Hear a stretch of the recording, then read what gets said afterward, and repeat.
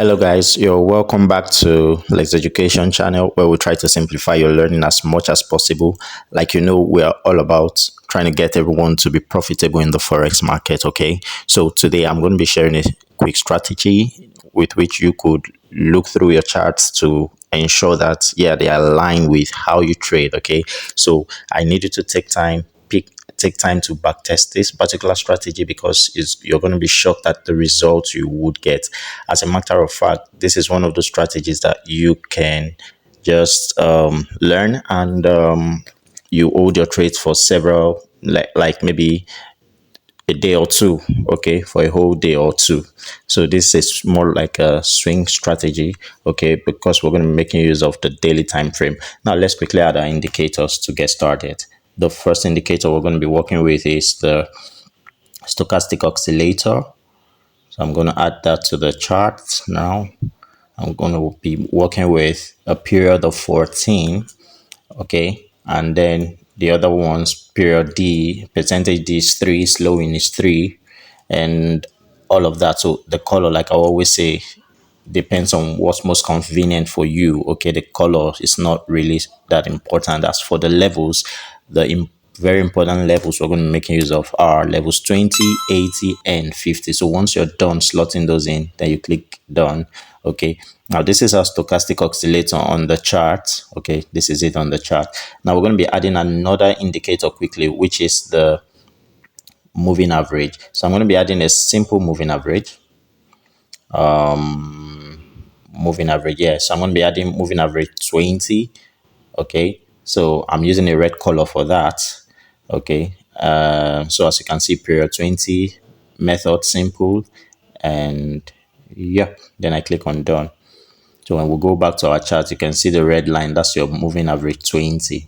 And I'm going to be adding one more moving average, it's moving average 50 to the chart.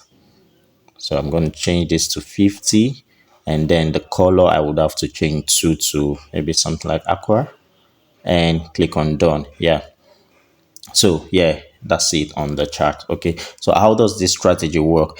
It's a very simple strategy. However, I need you to pick your pen and paper so that you can take notes of all what I am saying, guys. Okay, this is very, very simple. Now, the first thing I need to do, I'm going to try to pick out a buy signal. So the very first thing you need to do when you come up to your chart, okay, is to monitor firstly for the crossover of the moving averages. So once you notice there's a crossover. When I say crossover, I mean the red moving average crossing from beneath the 50 moving average. Okay, so once you notice that, then you start looking out for your opportunities, trade opportunities. So the first thing, like I said, is wait on the daily time frame, please. On the daily time frame, wait for the crossover of the moving averages.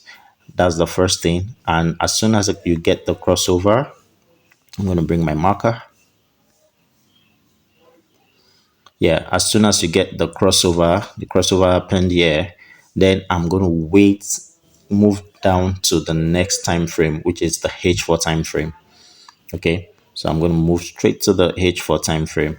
Now on the H4 time frame, what would I be looking out for? I'm going to wait for the stochastic oscillator.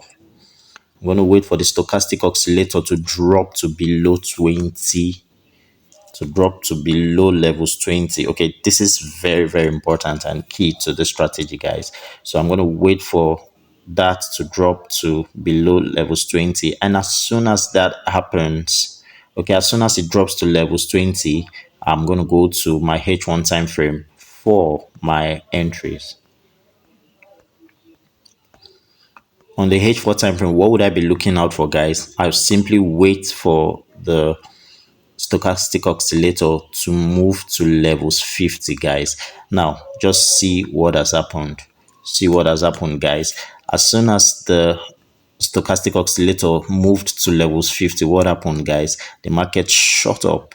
Okay, and see how much you would have made. So for the whole day it kept going up, and even till the next day it was still going up, guys. So this is a very crazy strategy, guys, that you can use to make so much money from the forex market. Where do you keep your stop loss? You can just simply keep your stop loss below the low. Okay, below the low, just drop your stop loss here. Okay, then As soon as you notice the market moves to a significant extent, you can just move your stop loss to break even, so that just in case there's any fluctuation in the market, you would not be affected.